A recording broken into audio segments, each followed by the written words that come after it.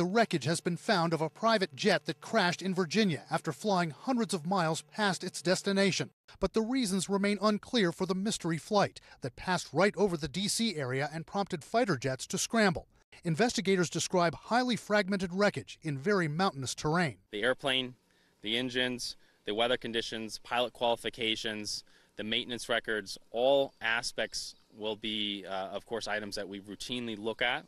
The flight path shows a takeoff from Tennessee. At its destination on New York's Long Island, the plane turns but doesn't land. Instead, it keeps flying at 34,000 feet, right into highly restrictive airspace near Washington, D.C.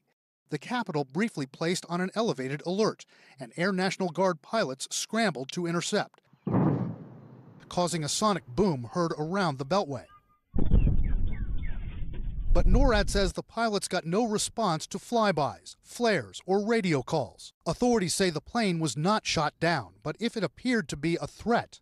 They do have the ability to shoot down a civilian aircraft if that is required. The plane was tracked until it crashed into the mountains of central Virginia. There were 4 people on board. Among the possible causes, it's rare, but it happens that a jet aircraft like this will gradually lose pressurization, which will incapacitate the captain and the passengers. They might not be aware of it, and then all of a sudden it creeps up on you and you are going to sleep and there's no waking up. First responders telling CNN there were no survivors, just a crater and small debris fragments and signs of human remains. Very hard to get to, a lot of overgrowth, and they had areas where they actually had to get on their hands and knees and crawl to get under the brush to get into it. It's going to be very difficult to recover certainly any avionics or any important wreckage information. For the victims on the plane, you won't be able to tell whether they had any signs of oxygen deprivation.